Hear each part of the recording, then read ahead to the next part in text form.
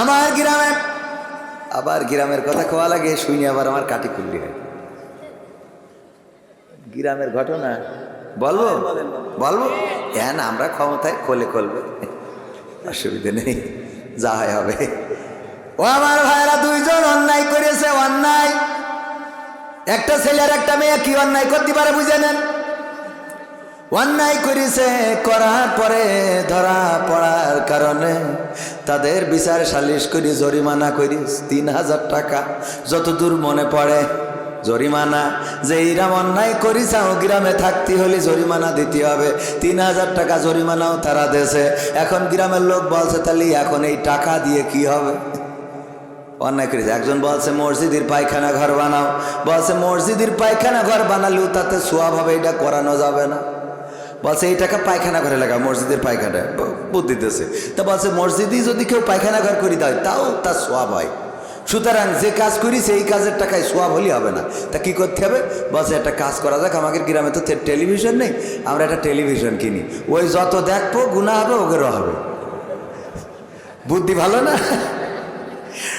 Television কিনলো, কেনার পরে আমার গ্রামের বটতলায় এখন সেখানে ঈদগাহ, আমার আমির ভাই জানে নিয়ে গিয়েছিলাম। আমির ভাই আছে তো, চলি গে তো যাবে, পলায় বেড়াবে, আমলিক করে কি করবে।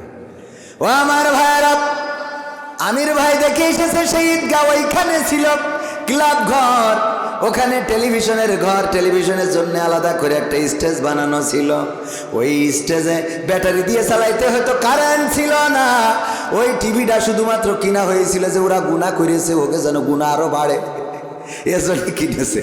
বুদ্ধি দেখেছেন? শয়তানি বুদ্ধি কাকে বলে? ভাইয়েরা আমার, এই যে খারাপ কাজ করার কারণে টেলিভিশন কিনলো, টেলিভিশন জুড়ে সারা গ্রামের মানুষ শুক্রবারে সেখানে একত্রিত হতো, আবার আলিফ লাইলার দিন একত্রিত হতো। ওগো আমার ভাইয়েরা, ওই জায়গায় তো কোনোদিন আজান দেয় নাই, ওই জায়গায় টেলিভিশন জুড়ে কোনোদিন যে অপারেটর ছিল সে কোনোদিন বলে নাই আসো আসো কল্যাণের দিকে, আসো নাজাতের দিকে, আসো ভালোর দিকে, অথবা বলে নাই আসো খারাপের দিকে, কিছুই বলে নাই। কিন্তু লোকের অভাব হয় নাই। আর আমার মসজিদে মুয়াজ্জিন আজান দেয়, ফজরের জামাতে মাঝে মাঝে দেখা যায় ইমাম আর মুয়াজ্জিন ছাড়া আল্লাহর বান্দারা সব তাহাজ্জুদে। ঠিক না বে ঠিক? সত্য বললাম নাকি মিথ্যা বললাম? কথা কয় না, ঠিক না বে ঠিক?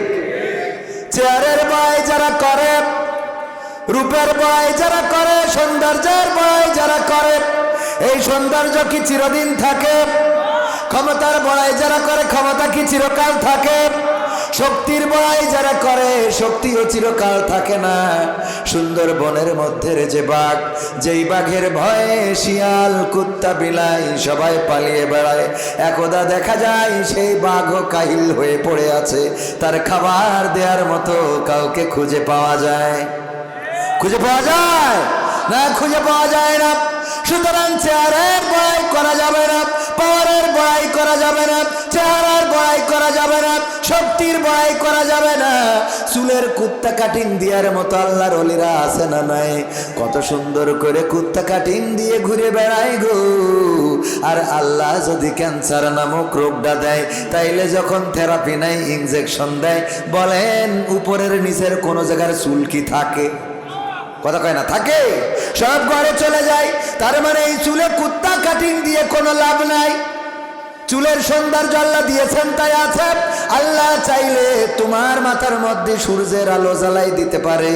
আকাশে একটা সূর্য আর মাথার পরেও একটা থাকে না? থাকে না? বেলা উঠতে পারে না? পারে না? মাথার মধ্যেও বেলা উঠতে পারে। ওগো আমার ভাইয়েরা, এই জন্যে রূপের বড়াই করে লাভ নাই, ক্ষমতার বড়াই করে লাভ নাই, চুলের বড়াই করে লাভ নাই, চোখের বড়াই করে লাভ নাই। ভাইয়েরা তো আছে রে, আবার ওই পাশে মা বোনেরাও আছে না নাই? ওরে বাবা কি চেহারা রে!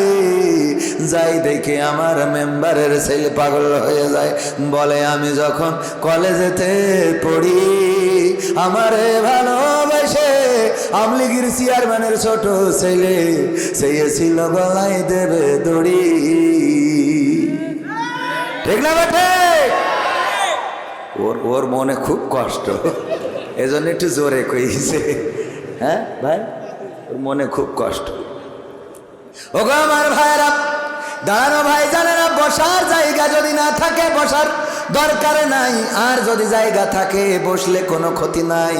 এই মাহফিলে যদি বসতে পারেন, আসতে পারেন, আল্লাহ চাইলে এই মাহফিলটা আপনার আমার নাজাতের ওসিলা করে দিতে পারে। বলেন সুবহানাল্লাহ। এই মাহফিলে বসলে রাসূলের ভাষায় এটা রিয়াজুল জান্নাহ, জান্নাতের বাগান। জান্নাতের বাগানে যদি আপনার বসার সৌভাগ্য না হয়, বলেন দেখি, ভোটের দিন যদি ভোট দিতে না যান, ভোটের দিন যদি বিদেশে থাকেন, ভোটের দিন যদি এলাকা ছাড়া থাকেন, এবার চেয়ারম্যান পাশ করলে এসে যদি সামনের কাতারে বলেন আমার ভাই, তোমার ভাই মকবুল ভাই, মকবুল ভাই, ওই বলবে না? বলবে না? সিলিম আলাইশাই এসে এখন মকবুল ভাই, ঠিক বলছি তো? ঠিক না বে ঠিক? তার মানে ভোটের দিন থাকার দরকার আছে না নাই? ভোটের আগে থাকার দরকার, রাজপথে থাকার দরকার। যখন আমার মাননীয় প্রধানমন্ত্রী সাবেক জননেত্রী, মানে হোক আর না হোক, শেখ হাসিনা যখন চলে গেল, এখন আর রাজপথে কেউ দাঁড়ায় না, আছে না নাই? এখন আর বলে না খেলা হবে, বলে এখন আর বলে না, এখন বলে না পালাবো না, প্রয়োজন হলে ফখরুলের বাসায় গিয়ে উঠবো, বলে এখন না? এখন আর বলে না। যখন শেখ হাসিনা ছিল তখন বলল পালাবো না, তখন বলল মাঠ ছাড়বো না, আমরা পিশাব করে দেবো, তাতে ছাত্ররা যারা আন্দোলন করছে বানের পানের মতো ভেসে যাবে, না বানের পানির মতো ভেসে যাবে। কত লিকসার দিল গো। আর যখন আমার শেখ হাসিনা কলিজার টুকরা বোন আমার চলে গেল রে, তখন আমার সেই দাদারা দিদিরা আর কেউ কোনো কথা বলে না। এখন আবার নতুন করে বলছে আগে ছিলাম নায়ক, এখন হয়েছি সমন্বয়ক, ঠিক না ভাই ঠিক? এখন আবার ওরা এই পথে গায়, ঠিক না বেটে? তার মানে বুঝা কি গেছে না যায় নাই? দেখেন সুবিধাবাদ জিন্দাবাদ। এই সুবিধাবাদী যারা আছে, রাজপথে যারা দাঁড়ালো না, যারা রাজপথে নামলো না, শেখ হাসিনার রাখার জন্য যারা একটা দিন মিছিল করলো না, এখন যদি শেখ হাসিনা চট করে ঢুকে পড়ে আর যদি ক্ষমতা দখলে নেয়, তখন যারা স্লোগান দেবে ওগের শেখ হাসিনা নিজেই কাঠি খোলার দরকার আছে না নাই? যে তোগের বিপদের সময় আমি যেই দাদার কাছে চলে গেছি, তোরাও তো সব পলাইলি, কথা কয় না? একজনও তো রাজপথে আসলি নে। এই কথা কেন বললাম? কোন রাজনীতির জন্য নয়। এই মাহফিলটা জান্নাতের বাগান, রিয়াজুল জান্নাহ রাসূলের ভাষায়। এই জান্নাতের বাগানে যদি বসার সৌভাগ্য না হয়, যদি আসার সৌভাগ্য না হয়, কালকে যদি মারা যান, আপনি যেদিন মারা যাবেন দোয়া করব আমরা, আল্লাহ তোমার বান্দার কবরটারে জান্নাতের বাগান বানাও। আল্লাহ বলবে দুনিয়ার পরে জান্নাতের বাগান ছিল, কোনোদিন ঢুকিনি, এখন ওর কবরে কেন জান্নাতের বাগান ঢুকাবো? কথা কি বোঝা গেছে? ভুল বললাম না ঠিক বললাম?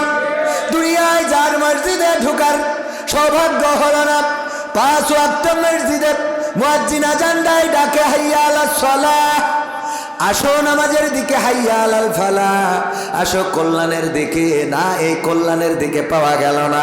কিন্তু আমার চায়ের দোকানদার কোনোদিন আজান দিল না, কোনোদিন মাইক খাটালো না, কোনোদিন ডাক দিল না, এই মকসদায় চা খেয়ে যা, বলেছে কোনোদিন?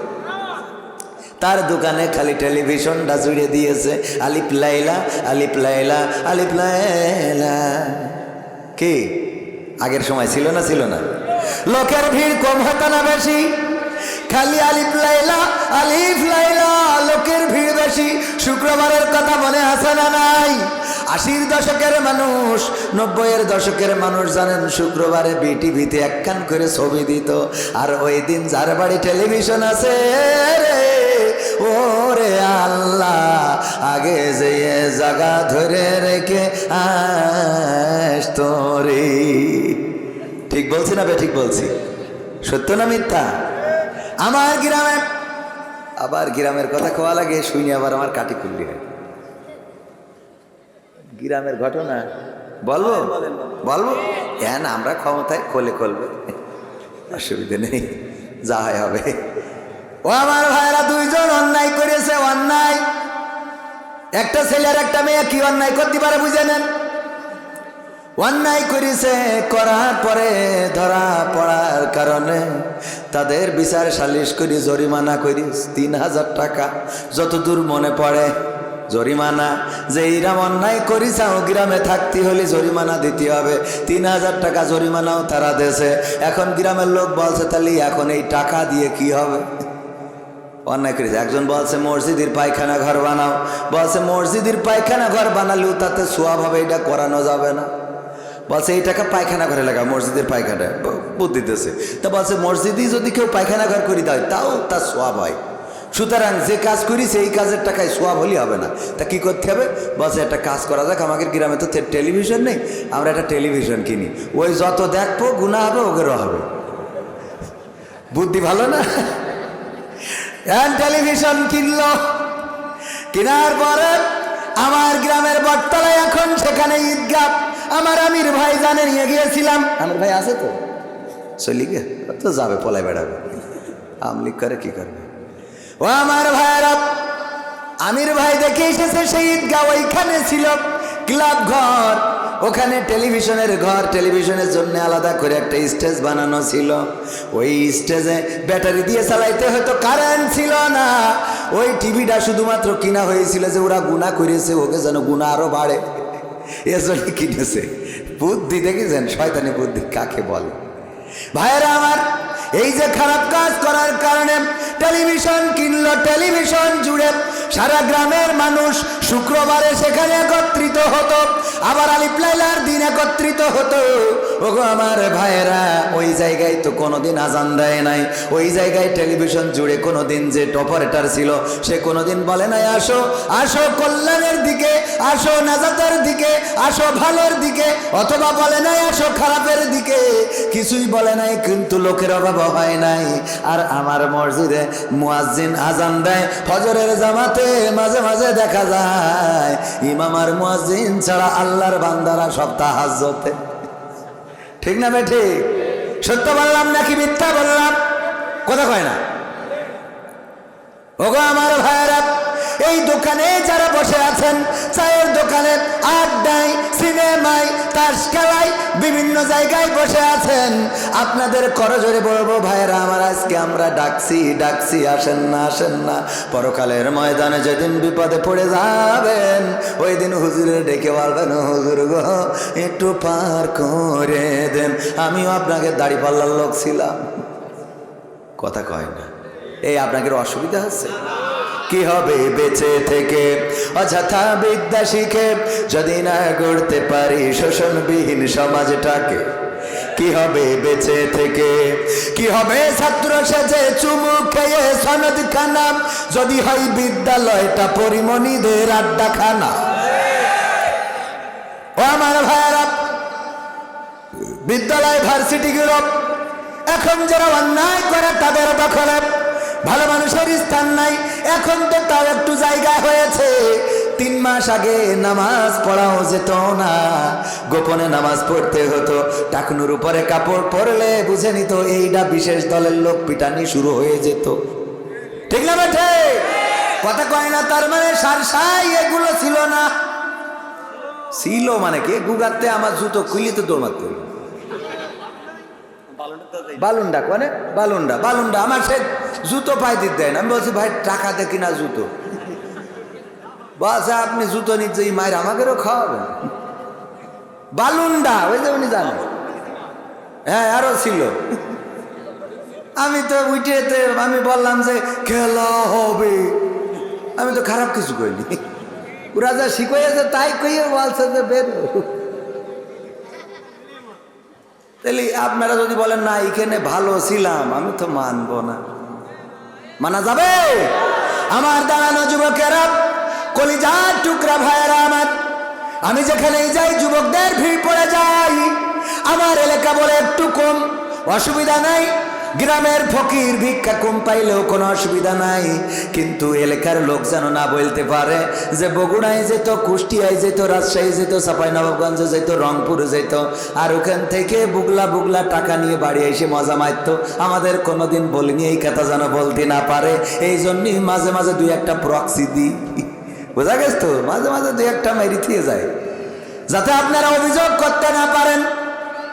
ভাইরা আমার কলিজার টুকরা যুবকেরা, যদি মনে হয় আল্লাহর কোরআন শোনার দরকার, আল্লাহর কোরআন জানার দরকার, মানার দরকার, এখনো যে খালি জায়গাগুলো আছে, ওই সামনে কি চটার নেই নাকি? চটার নেই, শুন নেই, আগায় নেবো তো এনো পিছনে জায়গা ভরে নি, একটু মেলা না দেখা গেলে ভাল লাগবে না। শর্ট কই হ্যাঁ, ও সব তুলি থো বাড়ি, শীতকালে গায়ে দিয়ে আনি। যত জায়গা ফাঁকা আছে সব বিছাই দেন, সব বড়। ও শোনা ভাই, এসো শোনা, আমি আমার কাছের লোক, ও মধু, সবাই আমার বাড়ির কাছের লোক, সবাই আমার ভাই, কলিজার টুকরা। যে কটা চলি যাবে ও কটার কপালে হেদায়েত নেই, ও বইলেও লাভ নেই। কারণ আমি তাকে বইলে আল্লাহ রাসুলই পারে নাই, আবু জাহেলের গা টিপে দিয়ে, আবু তালিবের পা টিপে দিয়ে হেদায়েত করতে পারিনি। তো তোকে সুনা মধু করলি হয়? তোকে জন্য 2.5 হাত বাকারি লাগবে, ঠিক না বে ঠিক? এখানে বসবে কারা? আল্লাহ যাদের কবুল করবে তারা ছাড়া বসতে পারবে না।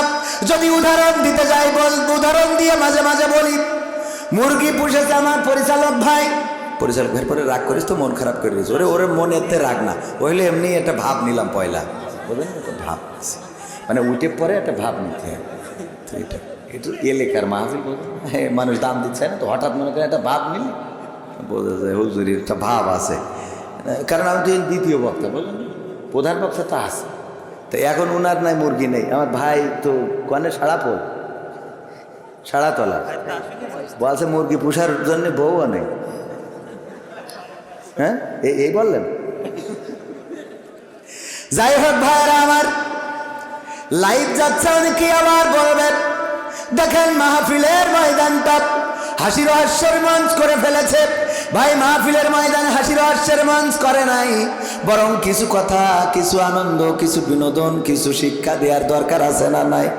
খালি শুধুমাত্র বলে গেলাম না বলে যাওয়ায় যদি এই ময়দান থেকে যদি হেদায়েত হয়ে যেত, তাইলে বাংলাদেশে যত ওয়াজ হয়, আগামীকালকেই তো কোরআনের রাজ কায়েম হওয়ার কথা, ঠিক না ভাই ঠিক? ওয়াজ শুনে আসলে খুব বেশি হেদায়েত হয় না। হবে কি, ওয়াজ যারা শুনতে আসে তারা দেখতে আসে যে কোন হুজুর ভাইরাল হুজুর না হইলে তারা আসে।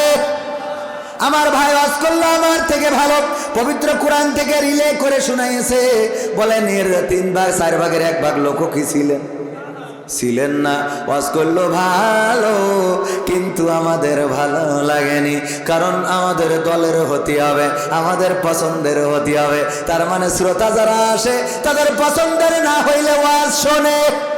এই একই মাঠে যদি আমির হামজা ভাই আসতেন, বলেন দেখি এই জায়গায় কি জায়গা ধরতো? তাহলে যারা বলে আমরা কোরআনের জন্য যাই, আসলে এইটা বানোয়াট কথা, মিথ্যা কথা, ভুল কথা, পাম দিয়া কথা। কি কথা? মিথ্যা কথা, বানোয়াট কথা, ভুল কথা, পাম মারা কথা। এরম ওপেন কিন্তু কেউ বলবে না আমি ছাড়া। কারণ আমি কেন বলবো? আমি যেহেতু অনেকেই বলে আমি নাকি হুজুর না, এই জন্য আমি বলি, বুঝলেন? হুজুর যারা তারা বলবে না, কারণ গায়ে পড়ে, কনে পড়ে। আমি তো আর হুজুর না, সুতরাং আমার পড়ারও ভয় নেই। কথা কি ঠিক আছে ও আমার ভাইরা? তাইলে যারা আসে, ওরা আসে আমির হামজা, এইটাকে কেন্দ্র করে হামজা ভাইকে ভালোবাসে, তাই আসে। কোরআন ভালোবেসে যদি আসতো, তাইলে আমার পরিচালক যদি ওয়াজ করে তাও আশা লাগবে, যদি আমার ভাই ওয়াজ করে তাও আশা লাগবে, যদি আমির আলী ওয়াজ করে তাও আশা লাগবে। কারণ কোরআন থেকে যারা বলবে সেটা শোনার দরকার আছে না নাই? এইবারে একই মাঠে যদি মিজানুর রহমান আজহারী আসে, বলেন দেখি লোক আরো কেমন হবে? কেমন হবে মানে কি? এই দেখার জন্য আসতে যাইয়ে চাপা খেয়ে পার্ক তলে পড়ি 3-4টে মরেও যাবে, কবে ওরা শহীদ হয়ে গেছে, কবে না?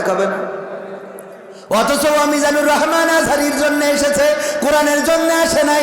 আমির হামজার জন্য এসেছে, কোরআনের জন্য আসে নাই। কবির বিন সামাদের জন্য এসেছে, কোরআনের জন্য আসে নাই।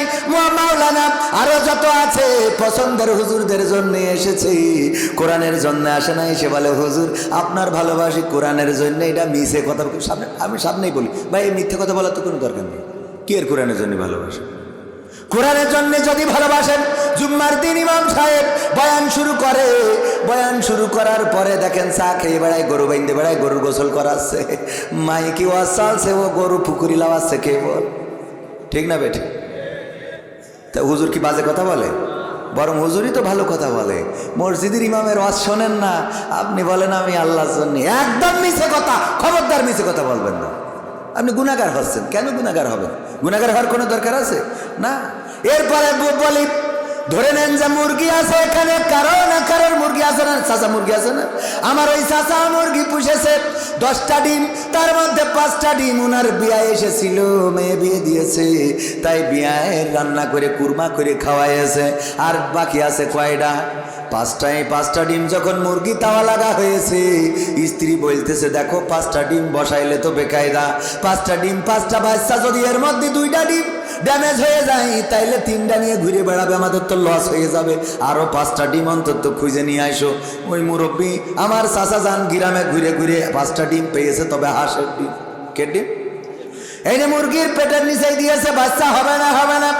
মুরগির পেটের নিচেই দেওয়ার কারণে 1 মাস পরে বাচ্চা উঠেছে। 5টা মুরগির আর 5টা কিসের? সকালবেলা মুরগি ওয়াজ করতেছে, আমার বাবাজিরা শোনো, তোমরা যেন কুয়াশায় ভিজবা না, বৃষ্টি লাগাবা না, তোমরা দয়া করে পানিতে পড়বা না, পুকুরে নামবা না। তোমাদের যদি অসুস্থ, তোমাদের যদি জ্বর হয়, অসুস্থতা বেড়ে যায়, আমি ডাক্তার দেখাবো, টাকা তো নাই রে, এই জন্য আমার কাছে কাছে থাকবা। এই ওয়াজ করে যখন মুরগি নিয়ে ঘুরে বেড়াচ্ছে, যেই কটা মুরগির বাচ্চা ওইগুলো মুরগির কাছে থাকে, কিন্তু যেই 5টা হাঁসের বাচ্চা যেখানে পানি ওই দিকে যায়, যেখানে পানি মুরগিরা শোন শোন শোন, এত করে বললাম ওইদিকে যাইও না, ওই পাশে বর্ডার, বিএসএফ দাঁড়ায় আছে বলে কি বিএসএফ আছে না নাই? ওই পাশে বর্ডার, তোমরা আমার ছেড়ে যেও না, তাইলে কিন্তু বিএসএফ গুলি করে দেবে। আর যদি মারা যাও তাইলে আমার তো কষ্ট লাগবে, 1টা মাস পরিশ্রম করে তোমাদের বাচ্চা ফুটাইছি, আমার কাছাকাছি থাকো। 5টা মুরগির বাচ্চা কাছাকাছি আছে, কিন্তু যেই 5টা হাঁসের বাচ্চা টিউবওয়েলের কাছে যে পচা কাদা পানি, ওইটা পাওয়ার পরে মনে হচ্ছে যে কালকে ঈদ গোসল করা শুরু করিয়েছে। ওরে গোসল কিলিবিলি করি, পচা কাদা পানি শুধু মাকে, তোমাকে আবার ঘাড়ের পরে তোলে, তুলে আবার ঝাড়া মারে। ঠিক না ভাই? ঠিক। মুরগি বলছে আমার বুঝা শেষ, এই হাঁসের বাচ্চা আমার বুঝা শেষ, তোরা আমার জাতের না, তোরা বেজাম না, তোরা যদি আমার জাতের হইতিস তাহলে আমার পেটের নিচে থাকতিস। এই 5টা আমার জাতের, এই জন্য আমার কাছাকাছি আছে, আর তোরা 5টা তো আমার জাতের না, তাই ঘুরে বেড়াস দূরি কাদা পানি, পচা কাদা এইভাবে মাখিস, তোদের সাথে আমার সম্পর্ক নেই। ওগো আমার ভাইরা, তেমনি ভাবে যারা জাতের নাম, তাদের যতই বলেন এই সামিয়ানার নিচেই তাদের পাওয়া যাবে, কথা কয় না, এই সামিয়ানার নিচেই যদি পাওয়া যায় তাইলে বলবেন ওইটা জাতের, ওইটা মুসলমান, ওইটা শুধু কাটা না অরিজিনালে। আর যদি এখানে না পাওয়া যায় রে, তাইলে বুঝবেন ওই পচা কাদা পানি মাখা লোক, তার মানে ওরে যতই বলেন ও এর মধ্যে ঢুকবে না, ও কোরআন শুনবে না, ও নামাজ পড়বে না, ও মসজিদে আসবে না, খালি দোকানে বসে বলবেন। ঠিক না বেঠি? এটা হবে না।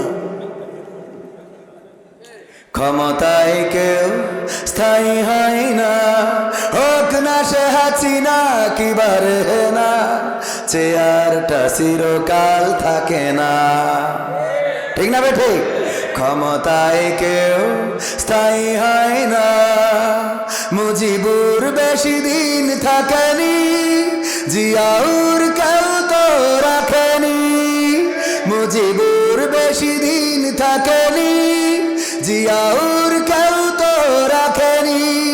এরশাদ চলে গেছে পৃথিবী ছেড়ে, এরশাদ চলে গেছে পৃথিবী ছেড়ে, কেউ আজ তার কথা কয় না।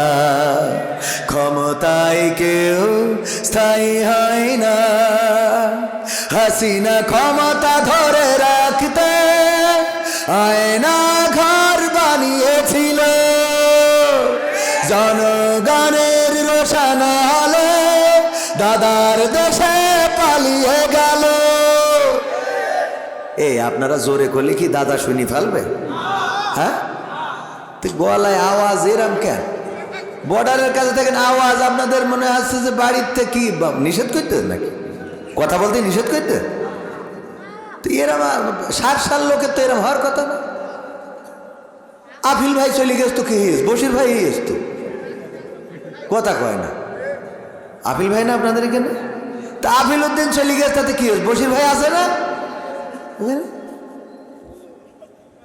কি আওয়াজ দিতে মন চাচ্ছে না, একটু দেই পরীক্ষা করি, দেই সার লিল্লাহি তাকবীর।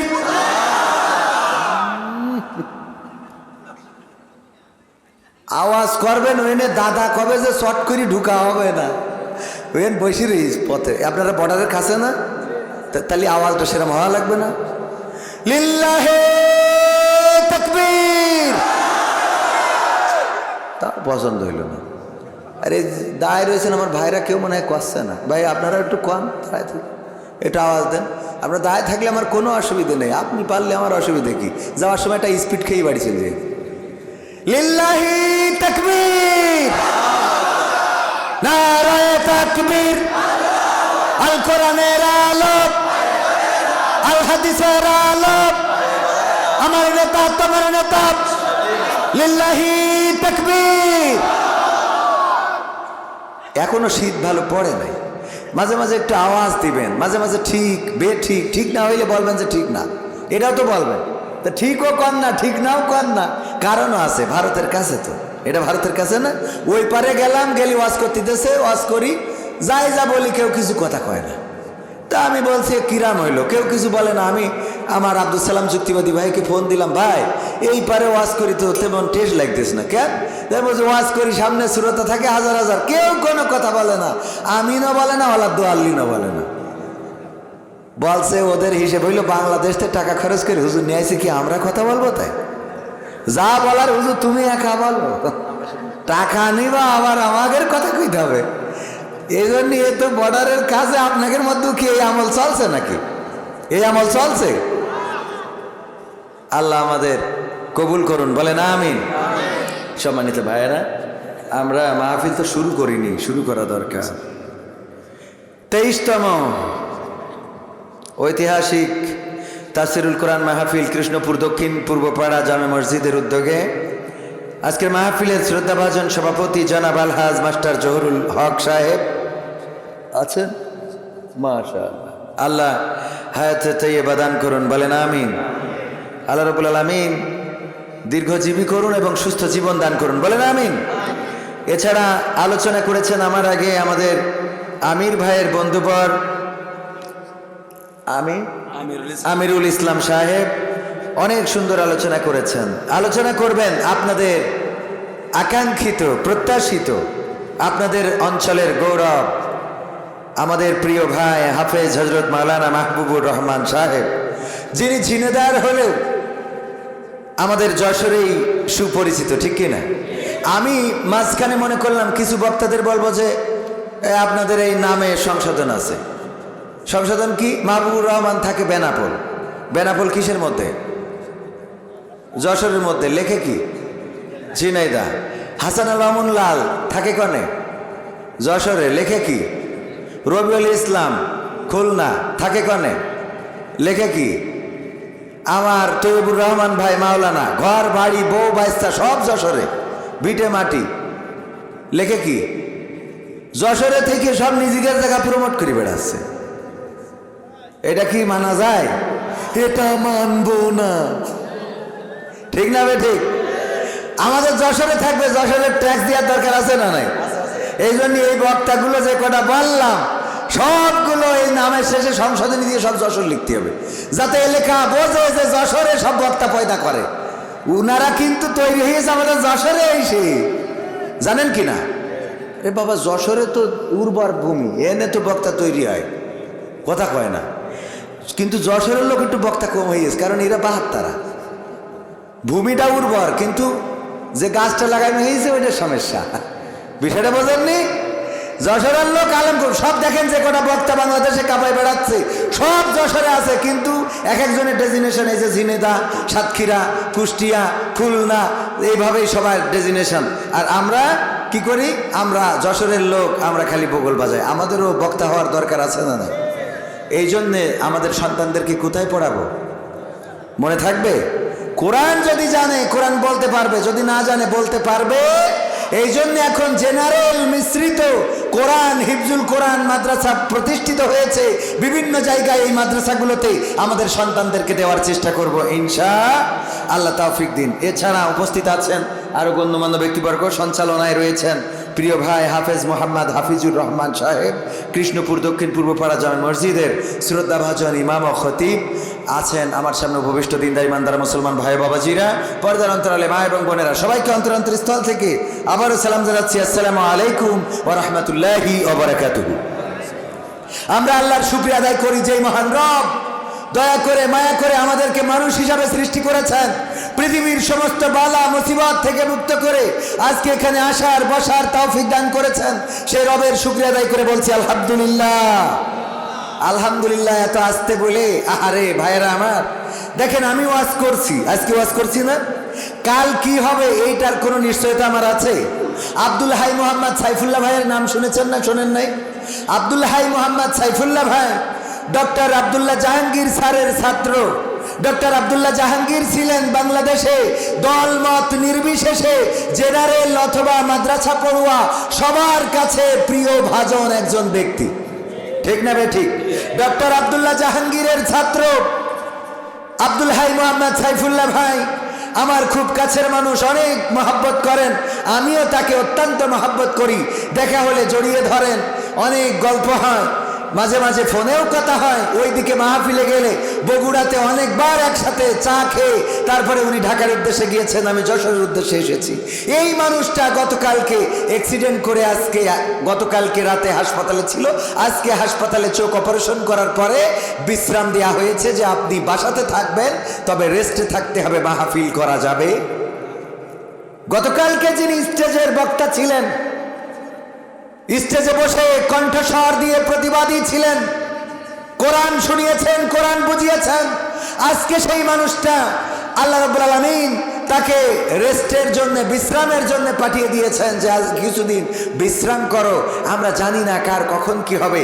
আল্লাহ আমার আব্দুল হাই মোহাম্মদ সাইফুল্লাহ ভাইয়ের সুস্থতা দান করুন, বলেন আমিন। উনার আলোচনাগুলো দলমত নির্বিশেষে সবার কাছে প্রিয়। আমি বলতে চাই, এই বাংলাদেশে অসংখ্য আলেম ওলামা অ্যাক্সিডেন্টেই মারা গিয়েছে। এই অ্যাক্সিডেন্টগুলো কি সত্যিকার অর্থেই অ্যাক্সিডেন্ট নাকি এগুলো পরিকল্পিত হত্যাকাণ্ড? যাচাই করার সময় এসেছে, বলেন ঠিক কিনা? ডক্টর আব্দুল্লাহ জাহাঙ্গীরকে এইভাবেই হত্যা করা হয়েছে, অ্যাক্সিডেন্ট করে তিনি শহীদ হয়েছেন আইনুদ্দিন আল আজাদ, কওমি অঙ্গনের ওস্তাদ। এছাড়াও আমাদের যশোরের ছিল আরেকজন আবু জাফর, তিনিও অ্যাক্সিডেন্ট করে মারা গেছেন। এমনিভাবে আমরা প্রায়ই শুনি অ্যাক্সিডেন্ট করে অমুক বক্তা আহত, অমুক বক্তা নিহত। আবার গতকালকে আমার আব্দুল হাই মোহাম্মদ সাইফুল্লাহ ভাই অ্যাক্সিডেন্ট করে তার গাড়িটা দুমড়ে মুচড়ে শেষ হয়ে গেছে, নিজেও অসুস্থ। এমনকি আমি শায়েখ আহমদুল্লাহ সাহেবের স্ট্যাটাস থেকে যেটা জানলাম সেটা হলো সাথে পরিবারও ছিল এবং পরিবারের মেম্বারও আহত হয়েছে। এগুলো কি পরিকল্পিত কিনা? এগুলো কারো ষড়যন্ত্র কিনা? এগুলো কেউ ফলো করে নীরব ঘাতক হত্যাকাণ্ড চালাতে চাই কিনা যাচাই করার দরকার আছে না নাই? কারণ অ্যাক্সিডেন্ট করলেই 7 খুন মাপ। বেনাপোলে যদি আমি এখন উঠি, আমার গাড়িরে যদি এখানে কারোর ওয়াজ যদি ভালো না লাগে, সে যদি ট্রাক ড্রাইভার হয় আর আমি যেই উঠলাম অমনি নম্বর দেখি যদি চাপা একটা মাইরি দেয়, মানসি বললো আহারে হুজুর মাইরি গেছে, কিন্তু ও যে মাইরি ফেললো এটা কেউ কয় না, কথা কয় না, ঠিক না বে ঠিক? এগুলো তদন্ত করার দরকার আছে না নাই? সব জায়গায় অ্যাক্সিডেন্টগুলোকে একেবারে বেকসুর অ্যাক্সিডেন্ট মানে দুর্ঘটনা, কয় দুর্ঘটনা তো দুর্ঘটনা, দুর্ঘটনার কোনো বিচার নেই। বিচার অবশ্যই হইতে হবে, দুর্ঘটনায় কে দায়ী না এটাও দেখতে হবে। তবে আমাদের দেশে দুর্ঘটনা হইলে ড্রাইভার আগে চিন্তা করে নিজের রক্ষা করি, তারপরে যা হয় হবে, ঠিক না বে ঠিক? কারণ আমাদের দেশে দুর্ঘটনা ঘটলেই আমাদের দেশের মেন্টালিটি হলো যদি ভ্যানকে মোটরসাইকেল ধাক্কা দেয় তাইলে মোটরসাইকেল আলার দোষ, কারণ ভ্যান আলা গরিব মানুষ, তাই মোটরসাইকেলের দোষ। খেয়াল করে দেখবেন, মোটরসাইকেলকে যদি পিক আপ চাপা দেয় তাইলে পিক আপের দোষ, কারণ মোটরসাইকেল ছোট জিনিস, পিক আপটা বড়, তাই সবাই মোটরসাইকেলের পক্ষ নিয়ে পিক আপের বিপক্ষে যায়। পিক আপের সাথে যদি ট্রাকের অ্যাক্সিডেন্ট হয় তাইলে সবাই পিক আপের দোষ বাদ দিয়ে ট্রাকের দোষ দেবে যে এই শালা খারাপ, কথা কয় না। এই ড্রাইভার সমস্যা। আবার অনেকেই বলে যে ট্রাকের ড্রাইভার সব বেজম্মা। এই বলে না, বলে না, নাউজুবিল্লাহ, এরকম কথা বলা যাবে? বলে, প্রায় বলে। মানে কি, আমাদের কানের মধ্যে দিয়ে কতবার বলল মানুষ। তো এই গেল। এবার যদি ট্রাকের সাথে বাসের অ্যাক্সিডেন্ট হয় তাইলে কার দোষ? ট্রাকেলার দোষ, বাসের কোনো অপরাধ নেই। এই যে নিরপরাধ একজনকে আমরা বিচার করে দিই, রাতারাতি বিচার করে ফেলি। মারা গেল, মাকে মেরে ফ্রিজে ঢুকাইছে, হাত পা বেঁধে ফ্রিজে ঢুকাইছে, বলল যে র্যাব এসে ব্রিফিং দিলে যে সন্তান হত্যা করেছে, সে তার প্রেমিকাকে ভালোবাসতে চেয়ে 500 টাকা 1000 টাকা চায়, মা দিতে চায়নি। এই জন্য মার সাথে সে কি করেছে, মাদ্রাসা থেকে এসে মা তরকারি করছিল, হঠাৎ করে জাপটে ধরে দম বন্ধ করে মেরে ফেলতেছে, দিয়ে তারপরে হাত পা বেঁধে ফ্রিজের মধ্যে ঢুকাইছে, নাটক সাজাইছে, বাড়ি ছিনতাই করতে যেয়ে কি করেছে, মাকে মেরে ফেলেছে। আমরা কত ওয়াজ করলাম, আল্লাহ এই ছেলে জাহান্নামে দাও, ওর একসাথে 7টা জাহান্নামে ঢুকাবা। করেছি না করি নাই? কেমন কুলাঙ্গার ছেলে, মাকে হত্যা করলো সারা দেশে, তার বিরুদ্ধে ওয়াজ করে বললাম। ও পরের দিন আবার দেখি আমার পুলিশ ভাইয়েরা বলছে না না, সন্তান হত্যা করে নাই, হত্যা করেছে ওই বাড়ির ভাড়াটিয়া। ওই বাড়ির ভাড়াটিয়া আর কাজের লোকেরা মিলে পরিকল্পনা করে হত্যা করেছে। র্যাব বলল সন্তান, আবার পুলিশ বলে ভাড়াটিয়া। খানিক পরে না জানি আবার অন্য কোনো গ্রুপ, যেমন আছে বিজিবি আছে না নাই, আর্মি আছে, ওরা না জানি আবার বলে এটা করেছে জামাত শিবির। কথা কয় না, বলা যায় না, কারণ অলরেডি চেঞ্জ হয়ে যাচ্ছে। উটোপাটা করে আপনার বলার দরকার কি? আগে তদন্ত করার দরকার আছে না? আল্লাহ রাসূল বললেন মিথ্যা বলার জন্য এতটুকু যথেষ্ট যে সে যা শোনে তাই প্রচার করে, সে যা শোনে তাই প্রচার করে। মিথ্যা বলার জন্য এতটুকু, মিথ্যাবাদী হওয়ার জন্য এতটুকু যথেষ্ট। বিশ্বনবী সাল্লাল্লাহু আলাইহি সাল্লাম বর্ণিত হাদিস, আবু হুরায়রা রাদিয়াল্লাহু তাআলা আনহু থেকে বর্ণিত, তিনি বলেছেন, বিশ্বনবী বলেছেন মিথ্যা বলার জন্য এতটুকু যথেষ্ট, সে যা শুনলো তাই প্রচার করলো। এইভাবে আমরা প্রচার করে বেড়ালাম, আমরাও মিথ্যাবাদী হয়ে গেলাম, কারণ আমরা টেলিভিশনের খবরটাকে নিয়েছি। র্যাব বলতেছে, এটা তো আমরা ভুল মনে করতে পারি না, পারি বলেন? আমার মনে হলো অবস্থাটা এখন কেমন যেন হয়ে গেল। মসজিদের ইমাম সাহেব, উনি তারাবি পড়ায়, মাগরিবের সময় ইফতার করে যে শুয়েছে, হঠাৎ ঘুম এসে গেছে। ঘুম ভেঙে দেখে তারাবির সময় 10 মিনিট পার হয়ে গেছে। তাড়াতাড়ি পাঞ্জাবি ছিল আড়ার উপরে নেড়ে দিয়া, পাঞ্জাবিটা ঘাড়ের উপরে দিয়ে নিয়ে মসজিদে ঢুকেছে। মসজিদে ঢুকে দেখে মুসল্লিরা সব গরম হয়ে গেছে। তখন বিদ্যুতের ব্যবস্থা ছিল না। সামনে যাওয়ার পরে সভাপতি বলছে, ইমাম সাহেব আপনার দেরি হলো কেন? আলিফ লাইলা তো শেষ হয়ে যাবে, আজকে তারাবি পড়বো কখন? তারাবি পড়বো নাকি আলিফ লাইলা দেখবো? আপনি বলেন দেরি করলেন কেন? কয় অসুবিধা নেই, আমি একটু টানাই দিবানে, আমি একটু জোরে পড়বানে। এই বলে ইমাম সাহেব পাঞ্জাবি গায়ে দিচ্ছে, কিন্তু হাতা খুঁজে পাচ্ছে না। হুজুর কি হলে এত দেরি হয় কেন? আমি পাঞ্জাবি গায়ে দিয়ে সে হাতা খুঁজে পাচ্ছি না। আরে হুজুর, পাঞ্জাবি গায়ে দিয়ে হাতা খুঁজে পাচ্ছেন না, আগে 10 মিনিট লেট করলেন, আবার হাতা খুঁজে পান না, কেমন পাঞ্জাবি? এই হেরিকেনের আলো, তখন কারেন্ট ছিল না, হেরিকেনের আলো একটু ভলিউম বাড়াই দিয়েছে, দিয়ে বলে হুজুরের গলার কাছে ধরে একটু হাতাটা খুঁজে দেয়। মুসাল্লিরা গলার কাছে ধরে দেখে হুজুর হাতা খুঁজে পাবে কি? আড়াই ছিল বর্ষায়া, ওইটাই গলায় পরাই বসুরি। তাড়াতাড়ি করে আসতে যাইয়ে আড়াই ছিল বউয়ের ছায়া, ওইটা গলায় পরাই বলেন কিয়ামত পর্যন্ত হাতা খুঁজে পাওয়া যাবে। এখন যেন অনেকেই মনে হচ্ছে হাতা খুঁজে পাচ্ছে না, কোনে কি করবে, কোন জায়গায় কি বলবে, খুঁজে পাচ্ছে না। হঠাৎ করে এখন একটা করে, আতা আবার খানিক পরে আর একটা করে, এরে বানায় স্বরাষ্ট্র প্রতিমন্ত্রী, স্বরাষ্ট্র উপদেষ্টা, আবার রাতারাতি চেঞ্জ করে আর এক জায়গায় দেয়। আবার দেখলাম তিশা নায়িকার অভিনয় করেছিল বঙ্গবন্ধুর স্ত্রী হিসেবে, ওর স্বামী আবার পেয়েছিল কোন পদবি যেন, আবার পাওয়ার পরে আজকে আবার মনে হয় শুনলাম ওনার নাকি ট্রান্সফার করে দিচ্ছে। হ্যাঁ, খতিব বানাইছে, ও বাতিল করি, আমরা দেশে খতিব বানাইছে। ভাইয়েরা আমার, মানে এখন হাতা খুঁজে পাওয়া যাচ্ছে না, এরকম একটা অবস্থা হয়ে দাঁড়াইছে। এই ঠিক বলছি না ভাই? ঠিক বলছি। আমি কই একটু নিরিবিলি ধীরে সুস্থি, তাই না? টাইম তো আছে, আপনার এত তাড়াহুড়ো করার তো কিছু নেই, আপনি আস্তে আস্তে করেন, কোনো অসুবিধা নাই। কিন্তু যদি ঝামেলা করেন চট করে ঢুকে পড়বে, বলো। এই জন্য অ্যালার্ট থাকার দরকার আছে না নাই? ক্ষমতায় কেউ স্থায়ী হয় না, হাসিনা ক্ষমতা ধরে রাখতে আয়না ঘর বানিয়েছিল, জনগণের রোশন হলে দাদার দেশে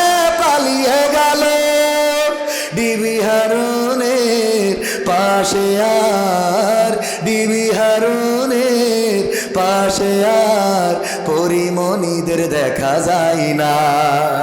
ঠিক না বেঠে?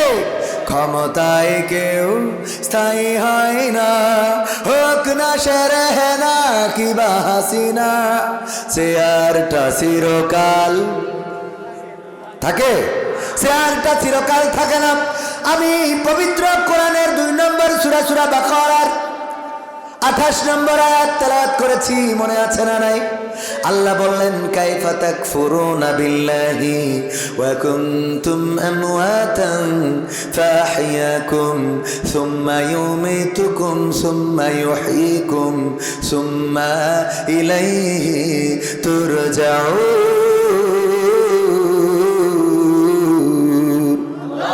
আমার আল্লাহ বললেন ওগো আমার বান্দারা, তোমরা কান খুলে শোনো, তোমাদের কাছে একটা প্রশ্ন করি, কোন জিনিস তোমাদেরকে তোমাদের মহান রবকে অস্বীকার করতে শিখালো? কোন জিনিস তোমাদের রব থেকে ভুলিয়ে দিল? কোন জিনিস তোমাদেরকে কুপুরি করতে শেখালো? অথচ তোমরা ছিলে মৃত, তোমাদের কোনো জীবন ছিল না। আমি আল্লাহ তোমাদের জীবন দিলাম, আবার একদিন আমি তোমাদের মৃত্যু ঘটাবো, আবার পুনরায় আমি তোমাদের পুনরুজ্জীবিত করাবো। বেলা শেষে ফিরে যাওয়া লাগবে কার কাছে? কথা কয় না, কার কাছে? বেলা শেষে ফিরে যাওয়া লাগবে কার কাছে? আমরা মারা যাব না, কে কে হাত উঁচু করেন?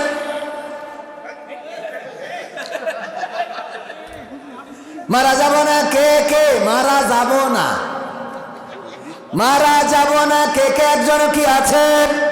পবিত্র কোরআনে কয়টা সূরা? 114টা পারা। কয়টা? 30টা পারা। আয়াত কতটা? 6666 অথবা 6234-36 এরকম আছে। আমরা কেউ কি কোনোদিন গুনে দেখেছি নাকি? আমিও কোনোদিন যোগ বিয়োগ দিই নাই। ওগো আমার ভাইয়েরা, সেই 6000-এর বেশি আয়াত, সেটা 66 হোক, 666 হোক বা 236 হোক, যেটা হোক কোনো অসুবিধা নাই। এই কোরআনের সব আয়াত যদি কেউ চায় অস্বীকার করবে, সব আয়াত অস্বীকার করতে পারে, কিন্তু একটা মাত্র আয়াত, একটা মাত্র অংশ অস্বীকার করতে পারবে না। সেটা হলো আল্লাহ বলছেন কুল্লু নাফসিন যায়িকাতুল মাউত, সব প্রাণীকে মৃত্যুর স্বাদ নিতে হবে, সব প্রাণীকেই মারা যেতেই হবে। এই আয়াতটা অস্বীকার করার মতো কেউ আছে নাকি? একজনও কি আছেন? আমিহীন পৃথিবী এমনই রবে, শুধু আমাকে ছেড়ে চলে যেতে হবে।